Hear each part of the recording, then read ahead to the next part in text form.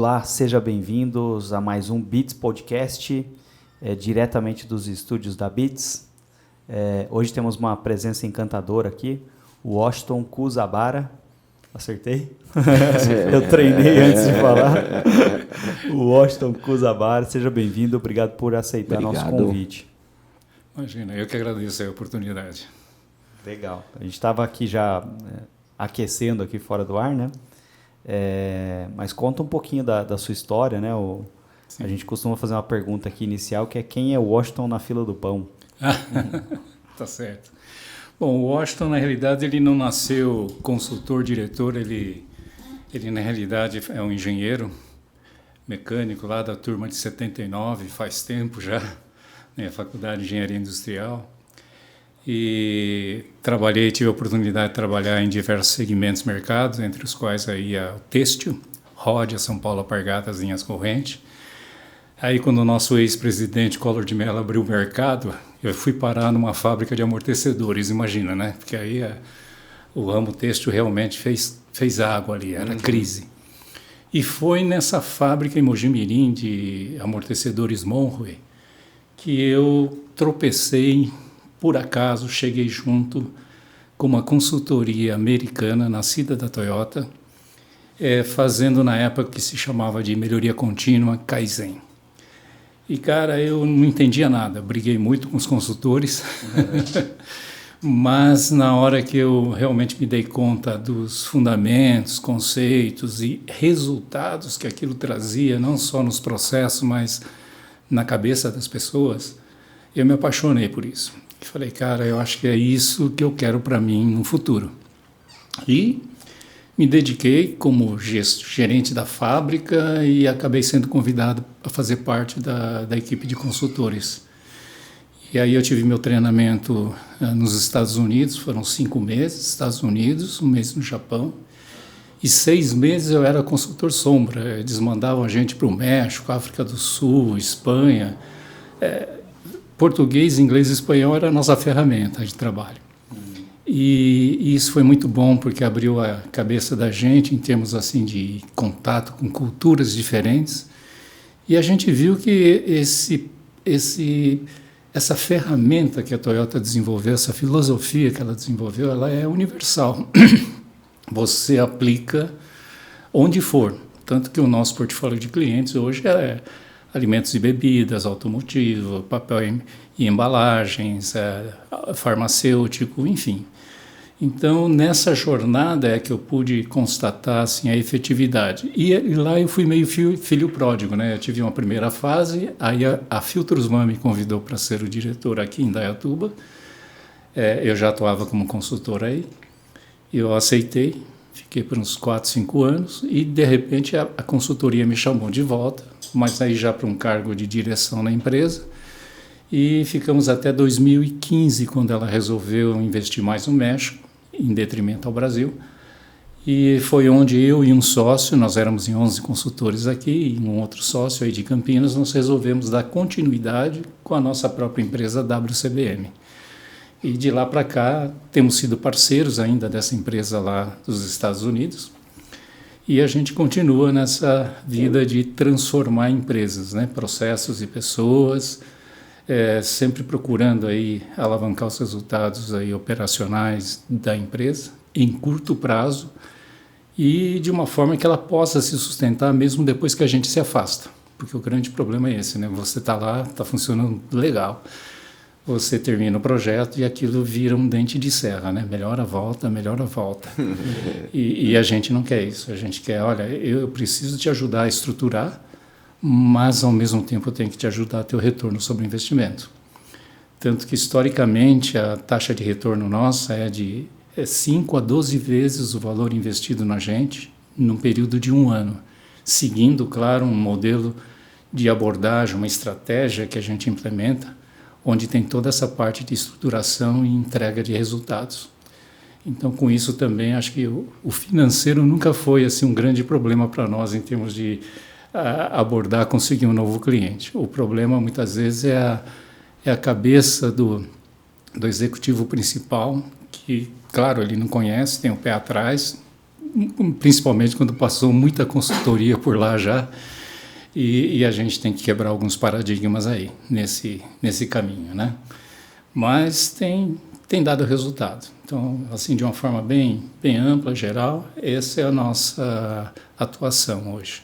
A gente não vende Kaizen, como vocês já escutaram aí, deve ter escutado, melhoria contínua. Não vendemos implementação, 5S, essas coisas, não. Isso são ferramentas. A gente vende solução que é baseada em transformação de processos e pessoas, e é onde a gente insere os conceitos da Toyota. Mas é como médico. Eu tenho que saber, cara, onde é que está doendo? O que você precisa de fato? Legal. E aí que a gente começa a atuar.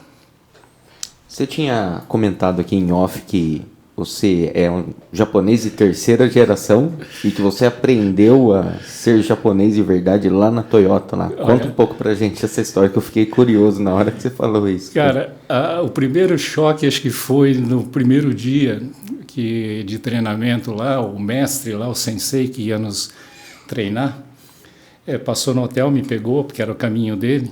O curso começava às 9, 7 horas a gente estava na fábrica já. E era novembro, é frio do caramba lá. E ele me para o carro assim, bem do lado da portaria, sabe? Tinha assim chão para a beça para caminhar até chegar na fábrica. Eu não entendi, eu pensei que ele ia falar alguma coisa lá na portaria, mas ele não falou nada, ele saiu do carro e começou a caminhar. E eu fui atrás. Aí eu falei, bom, dia seguinte acho que ele vai parar lá, né? Não tem ninguém na fábrica ainda. Não, dia seguinte ele parou no mesmo lugar. Aí eu perguntei, por que você para aqui, né? A gente podia estar parando ali mais perto, né? Ele olhou para mim, primeiro que ele não entendeu minha pergunta. Não que meu japonês fosse tão bom na época, né? Mas depois que ele entendeu, ele falou, não, lá é para quem chega depois. Nós chegamos antes, temos tempo de caminhar. Ali eu comecei a entender que o coletivo lá prevalece sobre o individual. Então, eles pensam muito no geral e não tanto no individual. No indivíduo. E você vê isso assim no dia a dia deles lá, né? Nos restaurantes lá, a gente via assim que o pessoal chega para comer, come, sai e vai embora, não fica ocupando a mesa. Você quer um lugar para bater um papo, tem uns lugares para você tomar umas e outras e poder ficar lá. Mas em restaurante não. Eles pensam, tem gente querendo comer com fome, né? E aí não parou aí, cara. Na primeira semana levaram a gente numa escolinha lá dos baixinhos, lá perto da fábrica. E eu até pensei que era do programa social da Toyota, não tinha nada a ver com a Toyota. Foi só para mostrar, e hoje tem vídeos aí na internet, que os baixinhos lá, eles aprendem a conviver, a servir um ao outro, a limpar, a organizar. Então não tem faxineiro, o professor está lá só para ficar de olho, né? Mas quem bota a mão na massa lá são eles, inclusive no banheiro. Aí eu pensei, nossa, se levar isso para o Brasil, a gente vai ser processado lá, né? Vai dar briga, fácil. Então você começa a ver que é um somatório assim, de atitudes, comportamentos, valores, que para nós ocidentais, né, e eu me considero, claro, sou terceira geração, eu falei, cara, isso é muito diferente. E eles falaram, olha, não é só a técnica de você melhorar coisas, procedimentos, fluxo, essas coisas. Você tem que melhorar pessoas. E esse é o grande desafio, né? De mudar a mentalidade, a forma de olhar a mesma coisa e enxergar coisa diferente. Né? Então, esse é um dos grandes desafios. Né? E é o grande desafio aí da consultoria, na maioria das vezes também. Sim. Eu lembro de um cliente nosso, um abraço para o seu Abdias aí, né? Até estava conversando com o William agora há pouco.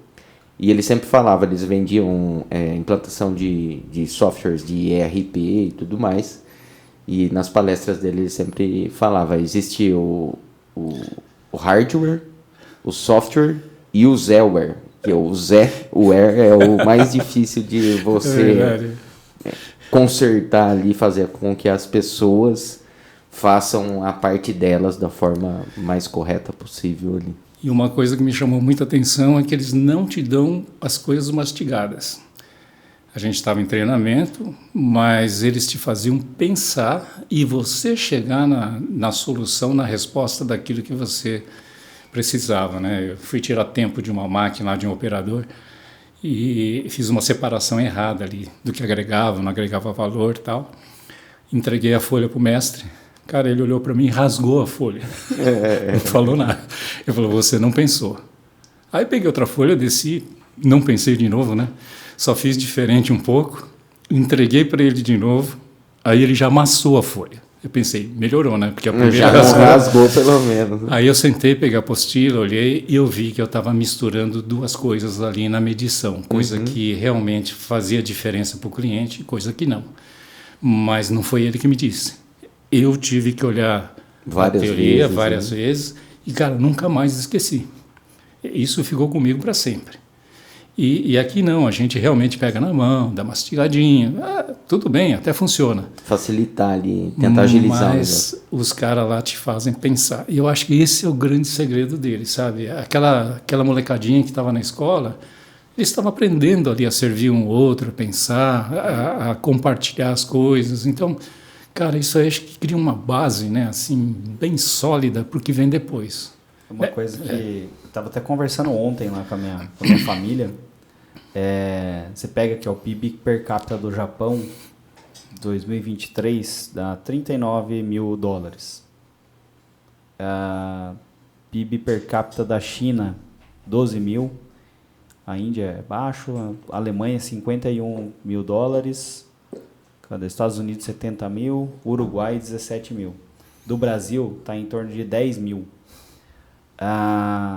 Se eu não me engano, eu tinha visto a referência com a Coreia, Coreia do Sul, né? Em 71, nos anos 70, acho que o PIB da Coreia era menor do que o do Brasil, per capita. Era em torno de 3 mil dólares, o Brasil era 5 mil dólares. Sim. O da Coreia, eu acho que não vou lembrar de cabeça agora, mas deixa eu ver aqui rapidinho. Busque. Coreia do Sul. 47 mil dólares. A gente não chegou nos 10, tá? Chegando nos 10. E aí, a comparação do oriental com o ocidental, principalmente talvez com o latino-americano. Né? É verdade, na época do treinamento lá, o sensei lá deu um exemplo que aquilo ficou marcado para mim, até uso hoje em dia ainda. Ele falava assim, né, quem que é do Brasil aqui? Tínhamos 2 brasileiros ali. Aí ele olhou para nós assim e falou assim, você sabia que se a gente juntar essas mais de 5 mil ilhas que compõem o arquipélago Japão, né, no caso, quase que cabe no estado de São Paulo? Eu falei, não sabia. Em termos de população na época, acho que nós estávamos aqui em torno aí de uns 80 milhões de habitantes na época, e o Japão estava em torno ali de uns 40, 50. Então, cara, aí eu fui brincar e falei assim, então é só pegar todo mundo do Brasil, trazer para São Paulo, a gente já está no caminho do Japão, né? Aí ele falou, não, na metade do estado de São Paulo. Aí eu falei, cara, não entendi. Ele falou, não, é que metade do Japão, as ilhas, elas não servem para nada. É só rocha. Pelo relevo, pelo solo, enfim, pelo tamanho, né, o solo. Então, só metade realmente que é aproveitável. E na época, o pessoal tirava o maior sarro, né, que falava assim, japonês sempre tem uma máquina fotográfica junto, né? Então ele falava, sabe por quê? Porque metade do nosso país só serve para isso. Só para tirar foto. E a desgraça não parava aí, né? Eles falaram assim, que 95% ou mais de tudo que você usava no dia a dia, seja um papel, madeira, o que for, era importado. Tinha uma base importada ou era importado de fato. Então ele falava assim, a palavra desperdício, que é muda em japonês, de fato nem deveria existir no vocabulário deles. Porque, cara, custa tão caro as coisas. Então, eu comecei a perceber, falei, cara, tem tantas nuances aí, né, que a gente não tem esse contato, tem que alguém falar para a gente, mas que isso explica, muitas vezes, essa questão da atitude, da postura deles aí, no dia a dia, né? E aí a gente vai somando as coisas, aprendendo as técnicas que estão por aí você entende o sucesso que é uma Toyota, por exemplo. A eficiência que eles criaram. Exato. O Toyota é o resultado de um povo, né, na minha opinião. E é um trabalho coletivo, né? Como eu te falei, o coletivo ali prevalece sobre o individual, mas eles são disciplinados, mas não é que eles nasceram disciplinados, eles falam assim, disciplina sem liderança não existe, tem que ter um dono. E se esse cara cobrar de fato, vai existir a disciplina. Então, não se iluda. Ele falou assim, não é que o japonês é mais disciplinado que todo mundo. Até é. Por quê? Porque tem alguém cobrando. Alguém já começou desde a base ali, desde os pequenos ali, a fazer a cobrança. Exatamente, né? Então, eles estão acostumados, né, a serem cobrados. Você pega... Eu fui conversar com meu sobrinho esses dias aí, e ele não sabia a tabuada do 3. Não pode mais bater, mas eu tenho vontade de bater. E aí, você pega tem 13 anos. Você pega um menino de 13 anos no Brasil, um na Alemanha, um no Japão, um na Coreia. É gritante, a diferença é gigantesca. E esses caras, aí saiu até nessa semana, né? E já é uma notícia antiga, mas saiu essa semana de novo, não sei, requentaram lá. Que um americano ele é 5 vezes mais eficiente do que um brasileiro em produtividade. Então não existe o Brasil não vai aumentar a renda per capita enquanto não aumentar a produtividade. Então se a gente não se ligar nesse tipo de coisa, educação básica e até as empresas procurarem ser mais eficientes e tudo mais, eu acho que a gente não vai conseguir competir no mundo, né? Porque muitas vezes as empresas se apaixonam, sabe por quê? Pela ferramenta. Então o cara é apaixonado pelo sistema Toyota, ele quer ter aquilo de qualquer jeito. E a pergunta é, você precisa de fato? Será que é necessário? Então a gente fala, não seja apaixonado pela ferramenta, seja apaixonado pelo resultado. Lâmpada queimada, você vai lá e troca, cara. Você não precisa de consultoria, não precisa de nada. Mas pode ter coisas que você vai precisar de um suporte externo. Ou até de investimento, dependendo do porte, né? Então, é muito dessa falta, às vezes, aí de um certo critério, sabe? Em termos de fugir do modismo, que nem foi o Seis Sigma uma época aí. Todo mundo queria ser Black Belt. A gente falava, cara, para quê? Aqui na Filtrosman, em 3 anos de trabalho de Lean, né, do sistema Toyota, foram mais de 500 projetos implementados e apenas um Seis Sigma, para você ter uma ideia. Só um. O resto, com o sistema aí da Toyota, a gente conseguiu resolver. Então, você vê que não era necessária assim, grande sofisticação para solucionar problemas. Mas isso foi graças à visão do presidente, que era um apaixonado, aí na época o Francisco Gomes Neto, apaixonado pela metodologia e com toda uma abordagem estratégica, né, do Lean, bem estruturada, para não ficar só no apaga-incêndio, e unindo aí o estratégico, né, a visão estratégica, o foco estratégico, com realmente a parte tática de execução e obtenção dos resultados. Então, você veja, faz toda uma diferença. Mas, infelizmente, a gente ainda vê empresas hoje comungando desse mal. Pô, eu quero ter a ferramenta, eu quero... Mas, cara, você precisa de fato. É por isso que a gente parte sempre de um diagnóstico, sabe? Para realmente ajudar a entender as necessidades e aí verificar se nós temos a expertise para ajudá-lo nessa jornada, nesse processo aí. E até você entrou no que eu ia te perguntar agora. 2 perguntas. Que tipo de clientes vocês atendem? Porte de cliente? Que tenham um ramo de atividade específico? E como começa o trabalho? Assim? Como é esse diagnóstico que você mencionou? O nosso perfil de cliente ideal, hoje, ele fica numa base de alguém que fature aí no mínimo uns 80 milhões de reais por ano. Mas nós temos clientes hoje no nosso portfólio que tem aí um faturamento de 30 milhões, 40 milhões. Portanto, não é fator impeditivo. Sim. Claro que nós temos que, de repente, num caso como esse, adaptar a nossa abordagem para propiciar para esse cliente menor as mesmas vantagens de um cliente maior, em termos de estruturação e resultado. Quanto a segmento, né, eu acho que a gente comete um pecado aí, a gente meio que atua em vários segmentos, como eu já falei, né? Farmacêutico, automotivo e tal. Todo mundo que precisa de uma consultoria. Porque esse sistema aí, os princípios Lean, ele na realidade, se você tem alguma coisa entrando na sua empresa, tem um processo lá dentro fazendo alguma coisa nisso que está entrando, dados, informações, materiais, e está saindo um produto ou serviço na outra ponta, cara, dá para você aplicar. Então, até de repente, numa empresa como a sua, de repente também, feitas devidas proporções, você pode encontrar oportunidades aí. Então, por isso que também a gente tem atuado assim com um leque mais aberto, né, em termos assim de segmentos, não só aqui no Brasil, fora também, Chile, Argentina. Agora, em abril, as 2 primeiras semanas, eu vou estar em Santiago do Chile, num cliente lá de fechaduras, porta de segurança, cofre, enfim. Legal. Então, para você ver, tem essa abordagem bem ampla, né, num espectro amplo aí. Mas eu te garanto, cara, os princípios, os conceitos são exatamente os mesmos que a gente aplica, aí no caso. Você perguntou também como que a gente começa. É isso, como seria essa primeira análise aí? A ponta do Durex.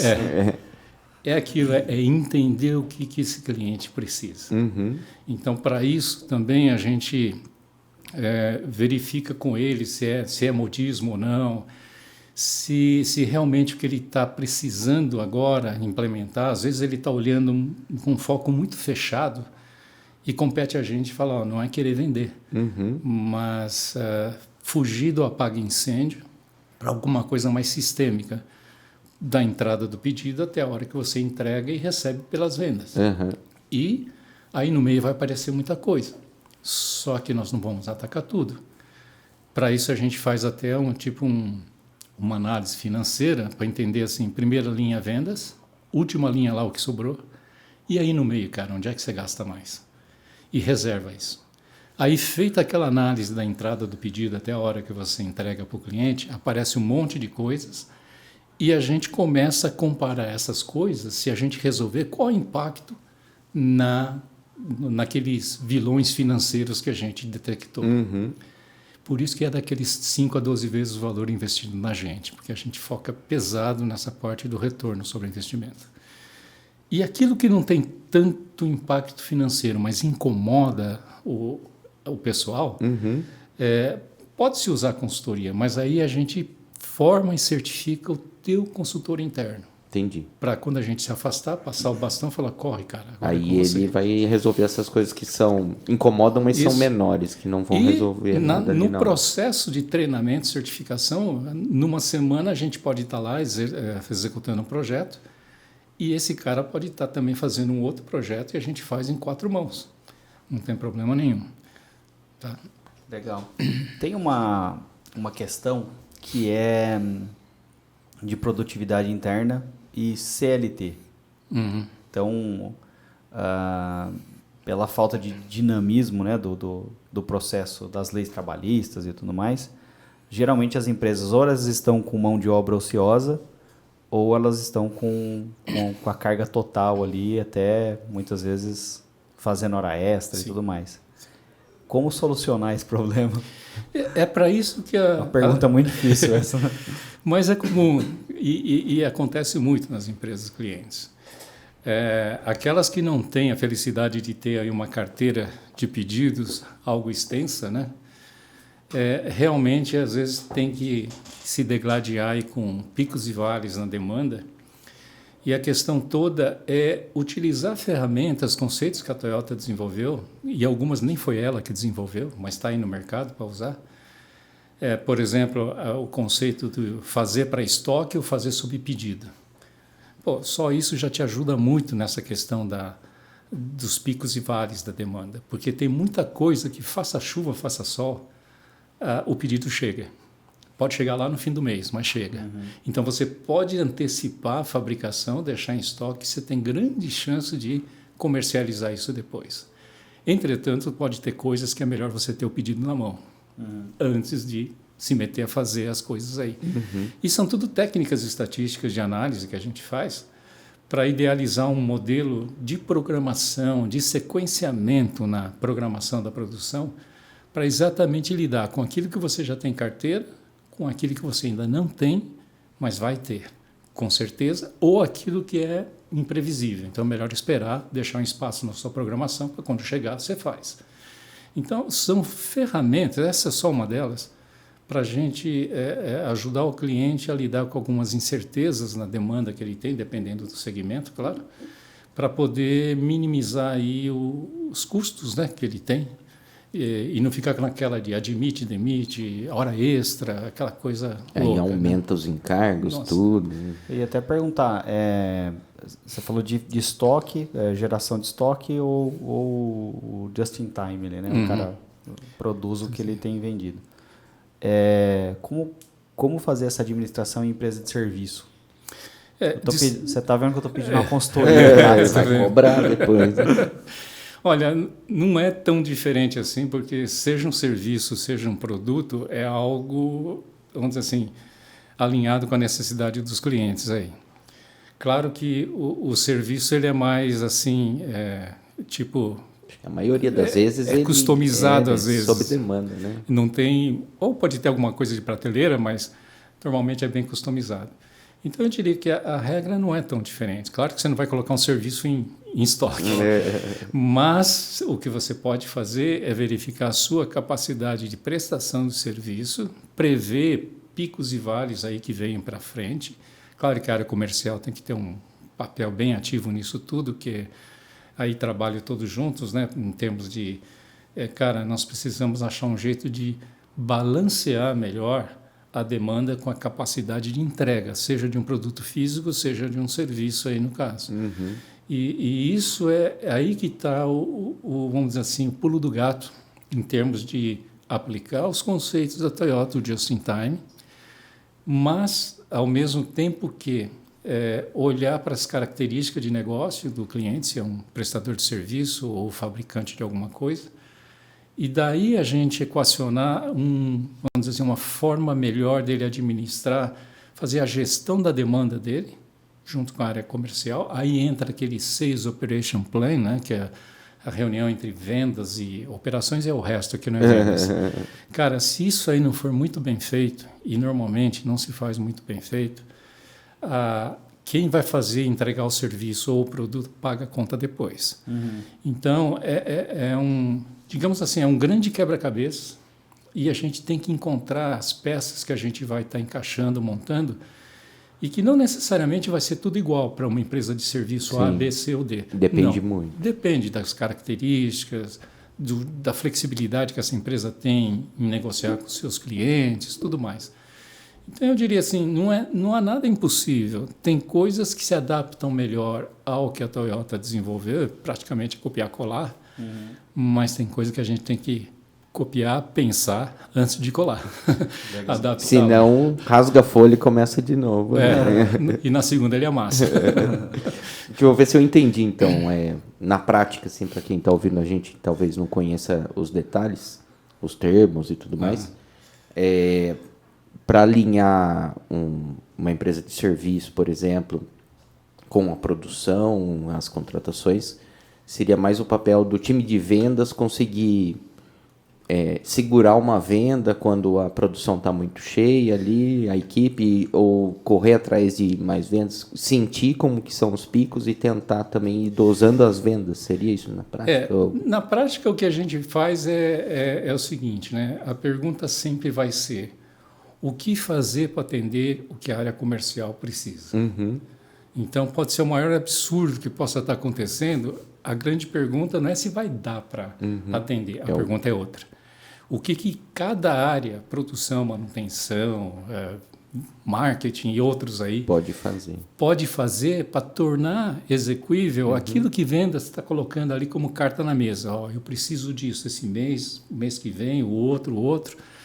Pode ser uma coisa mais equilibrada, o que é raro. Normalmente, aqueles picos e vales. E a grande pergunta é, gente, o que nós temos que fazer para lidar com isso? Até, eventualmente, num dado momento, assumir algum estoque, alguma hora extra ou algo assim. Mas planejado. Mas é planejado.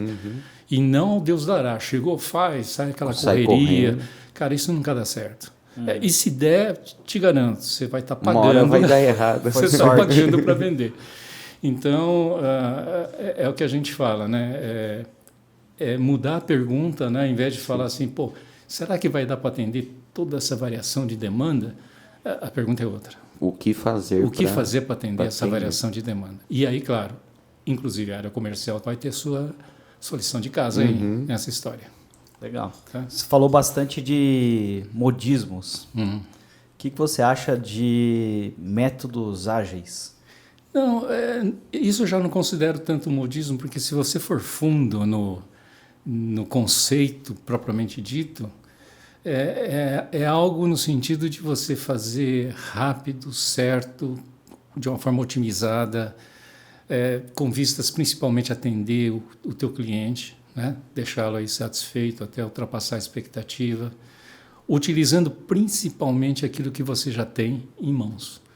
Então, antes de falar em hora extra, antes de falar em contratar pessoas, comprar mais máquina, acionar mais um turno, etc., cara, olha para o que você tem nas mãos e veja como você está utilizando isso. Então, essa metodologia que começa aí com a Toyota, mas tem o ágil, tem outros sistemas aí que cada montadora de repente faz aí uma adaptação, mas no fundo, se você voltar ali à base, ao conceito, aos princípios, é o mesmo. E não importa, né? A Toyota nunca patenteou. Ela poderia ter patenteado todo esse processo. Ia ganhar o dinheirão, acho que mais que vendendo carro. Mas não fez. E com isso, porque acho que está nos princípios dela, na filosofia dela, é compartilhar com as pessoas, e sejam pessoas, empregados, fornecedores ou até concorrentes, né? O concorrente visita a fábrica da Toyota, não tem problema. E ela quer com isso tornar mais acessível coisas que ela desenvolveu e continua desenvolvendo para, digamos, para um bem maior aí no caso, e não só para ela ganhar dinheiro nisso.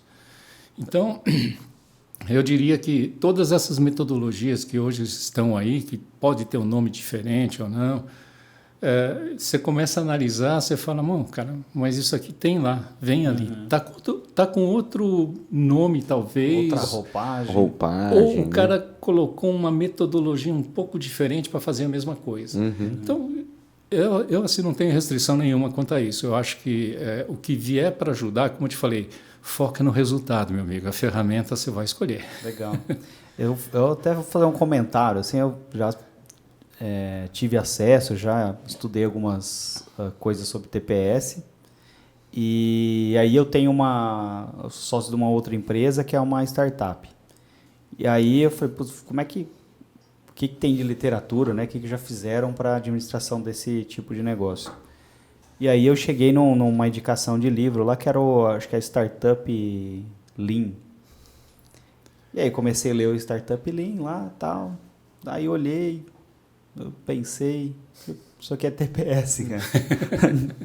O cara deu outro nome para um segmento específico, Sim. Passou um batom, escreveu um livro e chamou de outra coisa. Você vê hoje tem o TPS, tem o Lean Manufacturing, Lean Office, que é o TPS aplicado ao escritório, administrativo, enfim. Você tem o Lean Health, saúde, para hospitais, etc. Que no final é tudo igual. Cara, até vale essa adaptação. Para efeito de marketing, de vendas, que funciona, né? Mas lá no fundo, cara, o DNA é o mesmo. Então, os princípios que estão ali listados é a mesma coisa. O que vai mudar, claro, é a forma de você implementar aquilo lá. Né? Porque você pode não estar falando de peça a peça, você está falando de serviço, prestação de serviços e tal. Então, a ideia é você adaptar, né, a entender primeiro o que é o TPS e depois adaptar às necessidades aí da demanda que você tem, seja lá qual for o segmento, enfim. Legal. Eu estava pensando aqui, voltando um pouco ali nos seus clientes, no cliente alvo, ali, o cliente ideal, como ele percebe que está precisando de vocês? Existe um ponto ali que, se eu não fizer isso agora, ou um ponto de dor ali onde eu preciso de uma consultoria agora, eu preciso contratar a WCBM, Como que eles chegam até você? O que está doendo naquela hora? Na realidade, a gente até ajuda eles a descobrirem que precisam da gente, né? Então explica pra gente como é isso. Então. Porque muitas vezes, né, você chega e pergunta, tipo assim, você tem algum problema conhecido aí que está se repetindo? Não, tá tudo bom. Não, e o pior é que o cara fala, não, no geral tá, até que tá ok, mas tem algumas coisas aí que volta e meia tá incomodando, né? São os problemas conhecidos. Aí a gente fala assim, olha, sabe por que esse problema é conhecido? Porque ele volta. Então ele ganhou a carteirinha da casa aí, né? Tá com o crachá da casa. Ele tá no funcionário do mês ali. Já tá. Então, muitas vezes... Eu chamo isso de problema herpes. Você menos espera, estoura. Mas muitas vezes a empresa até já tem uma certa estrutura lean montada lá dentro. Né? Não quer dizer que é ineficiente, absolutamente. O que quer dizer é que muitas vezes precisa de uma oxigenação, sabe? Realmente revisar, às vezes até tirar algumas dúvidas ou customizaram coisas que não deveriam customizar, acontece? Complicou demais. Exatamente, né? Em vez de fazer melhoria, vamos fazer pioria contínua. Então a gente também ajuda no sentido de, cara, vamos entender bem o que está acontecendo contigo. Porque muitas vezes o cara fica naquela do apaga incêndio, resolve, ajuda, mas você sabe que daqui a pouco, outra vez, ele vai voltar. E aí a questão é, será que você não está sendo muito assim focado em pontos que são críticos para você, mas você não está enxergando o todo na sua organização?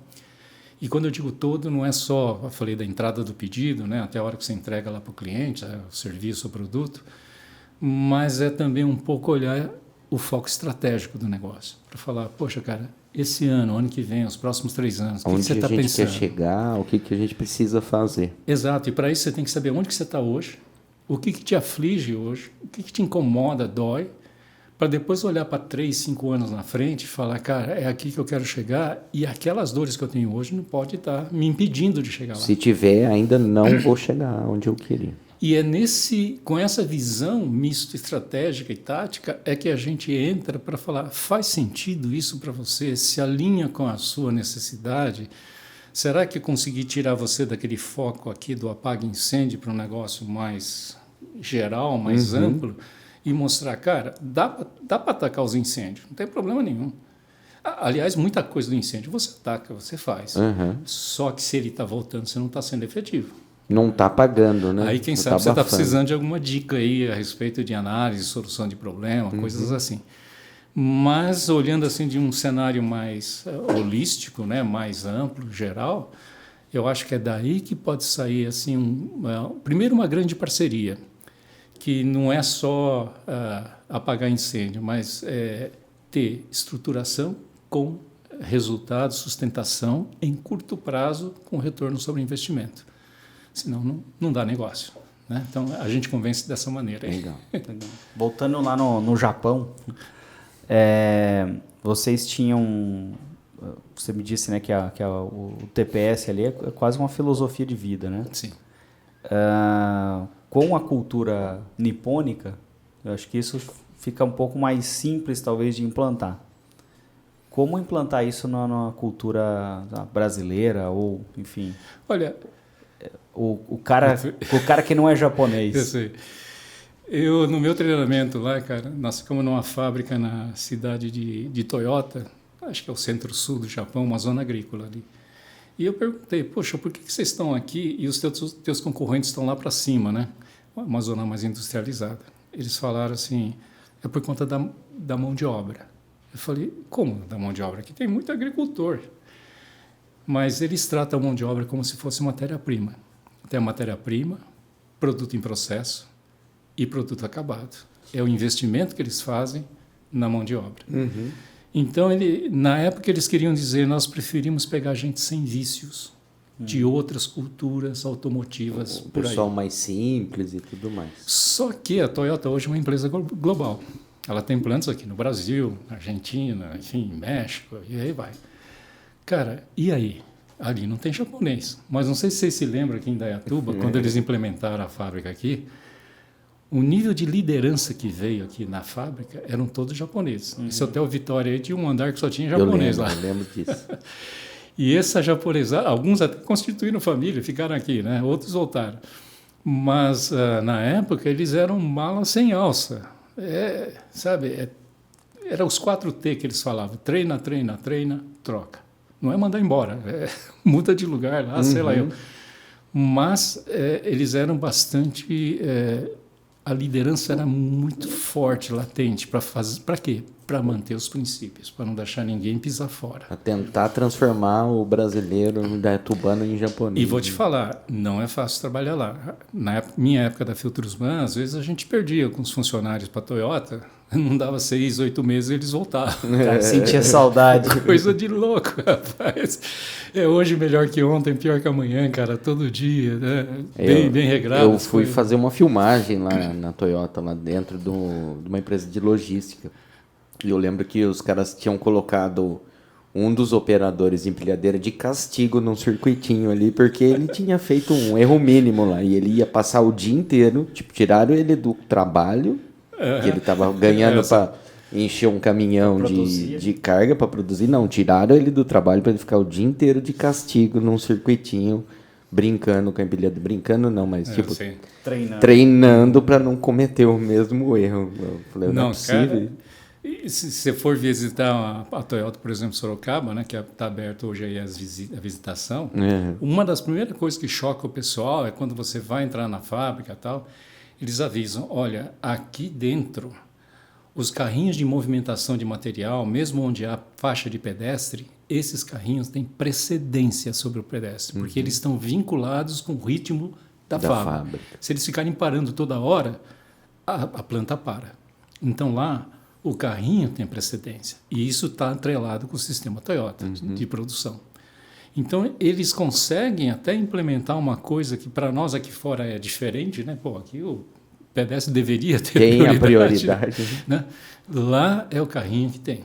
Então, eles conseguem, com essa visão, uniformizar, né? Seja um brasileiro, seja um japonês, seja lá o argentino, o que for. Se o cara comunga desses conceitos, filosofia, valores, cara, ele é perfeito para trabalhar lá. Perfeito. E não é pelo salário e benefício, porque ela nem se destaca tanto por isso. Ela está ali acho que na média ali, no caso. Tá? É bem por esse lado. É meio de tabela, né? Cara, tem uma coisa também que a gente viu na Toyota, como que era o nome da empresa? Que era a de logística, que a gente prestou serviço? TK Logística. TK Logística. E aí acho que ele ligava, o cara, onde está o caminhão? Tal lugar. Aí ele ia lá com, acho que era um ímã, né? É a não digitalização do negócio, né? Tinha tudo digital, mas ele tinha um quadro físico com pecinhas físicas que clonavam o que estava no sistema, digital. No digital ali. Por quê? É a famosa gestão visual, né? Eles falam assim, né, que eles não são contra a digitalização, mas eles falam, antes de digitalizar, você tem que saber fazer na mão. Porque o que você não faz na mão, você não vai digitalizar. Não sabe fazer, né? E outra, às vezes é tão simples essa gestão visual, cartão Kanban, por exemplo, para sinalizar qual que é o próximo lote, enfim, a ser trabalhado, a quantidade, etc., que, vamos dizer assim, se o sistema falhar, eles têm ali, visualmente, onde está, a continuidade das coisas. Claro, se você for na fábrica, você vai ver displays aí digitais mostrando as informações, estatística.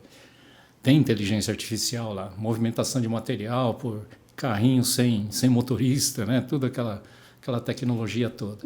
Mas eles ainda primam pela gestão do dia a dia muito ali na mão. Então o pessoal fala, puxa, Washington, mas eles fazem gráficos ali na mão, na reguinha, com cor diferente? Porque quando o cara está fazendo gráfico ali, ele está pensando. Eu ia falar até isso, que entra naquela ideia do amassar o papel e rasgar o papel. Tipo, ele tem que saber fazer. Qual que é a meta, né? Qual que é a target? Eu cheguei ou não cheguei? Opa, não cheguei, por quê? Então você começa a fazer uma série de exercícios ali de medição para ter dados, análise dos dados obtidos, e se esses dados não estiverem ok, aí você tem que trabalhar uma ação ou mais para corrigir aquilo rapidamente, no caso. Legal. Então, eu diria assim, eles realmente são muito pragmáticos nesse sentido, mas, cara, eles têm robô como ninguém lá dentro. Eles têm... E até falar que é meio que engraçado o japonês, que é tido como um povo que preza pela tecnologia, principalmente falar dos anos 90, né? Que você falava em Japão, falava em robótica e o auge da tecnologia, hoje está um pouco mais espalhado, né?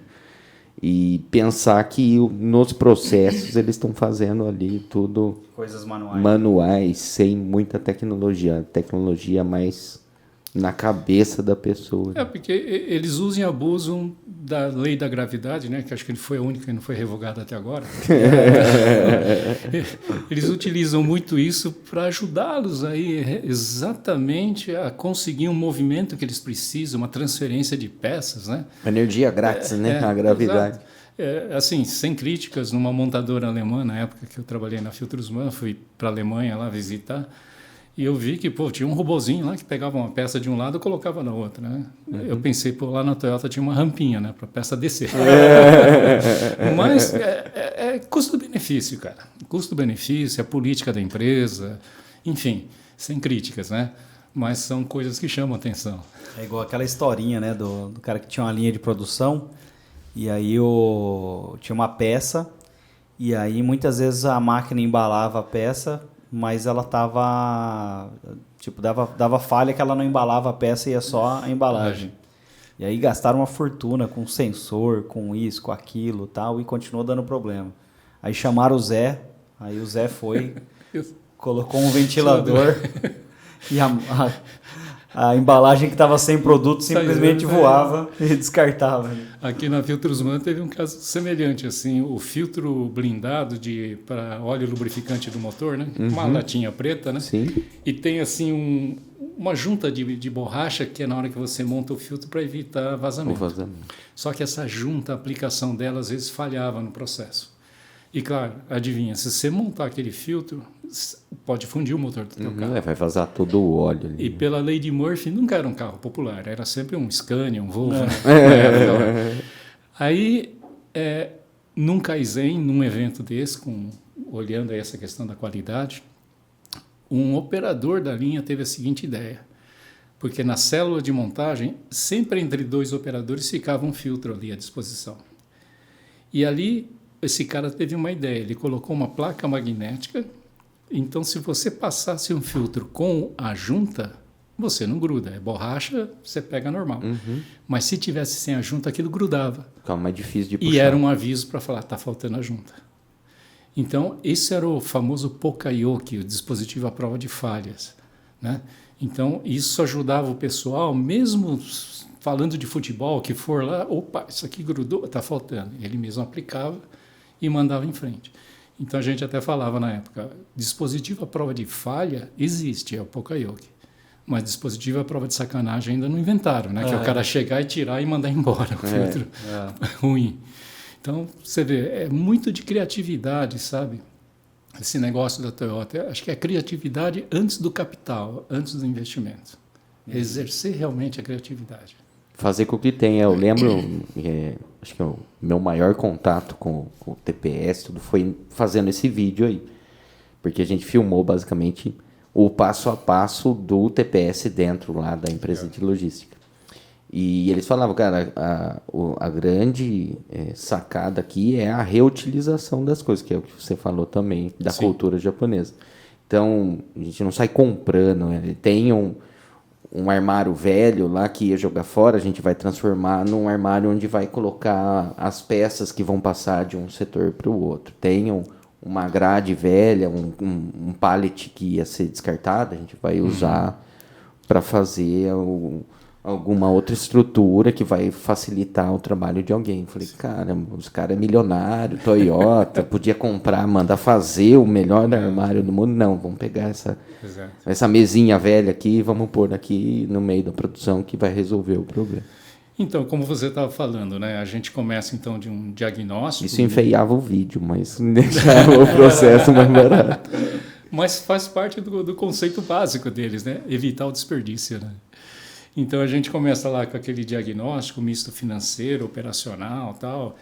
E aí começamos a implementar, daí sai um plano de melhoria, e esse plano de melhoria a gente executa através do que se, vamos dizer assim, disse aqui como projeto Kaizen, né? No nosso caso é Círculo Kaizen, e são eventos semanais, começa na segunda, termina na sexta, às vezes são 2 semanas, depende do alcance da coisa, né?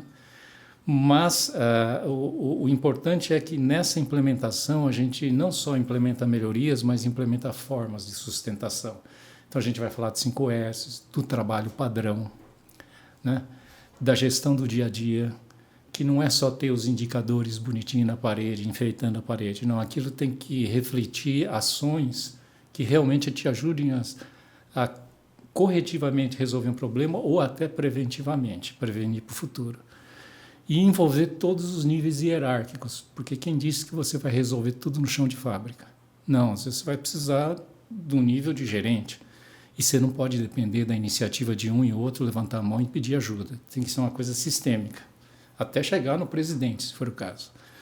Então, tudo isso é que a gente implementa nessa abordagem, começando aí por entender as dores, mapeando os processos, vendo impacto financeiro, preparando a empresa para dar continuidade depois que a gente se afastar. A gente faz auditorias também, como no sistema de qualidade, para ver se vocês estão seguindo, estão se mantendo ali na linha ou não. E, com isso, a gente consegue deixar algo mais estruturado, né? E que o cliente possa depois caminhar pelas próprias pernas. Então, é assim que a gente atua hoje. Bacana. Bom, queria agradecer a sua presença, foi muito legal, produtivo. Produtivo. Bom, enorme prazer aí, obrigado por ter vindo. Se quiser deixar aí os contatos da consultoria, como é que faz para te encontrar? Os seus contatos pessoais, quiser passar para o pessoal também, suas redes, tudo que você quiser, faz o jabá, momento jabá. Momento jabá, Perfeito, então. Bom, nós podemos ser encontrados aí através do nosso website, né, o www.wcbmconsulting.com, né? O nosso WhatsApp aí, o meu WhatsApp é DDD 19 9860-1955. Por aí a gente já começa a conversar, bater um papo, entender as necessidades, enfim, trocar algumas figurinhas. Então, estamos aí à disposição do pessoal. Legal, maravilha. Quer deixar as suas redes sociais, João? Hoje me encontrem aqui no LinkedIn, sim. João Schmidt. Quer passar também? Opa, o meu é o Washington Kuzabara. Kuzabara com K? K de que bom. Legal. E o Kuzabara, o Zá é com S ou com Z? S. K-U-S-A-B-A-R-A. Então, LinkedIn. Maravilha. Isso no LinkedIn? LinkedIn. Legal. Tá. Minhas redes sociais estão como Adriano Klump. Vou soletrar o Klump, é K-L-U-M de Maria, P de Pato, P de Pato. E você encontra a Beats no YouTube como Beats Podcast e nas outras redes sociais como Beats Digital. E no Instagram nós estamos como WCBM.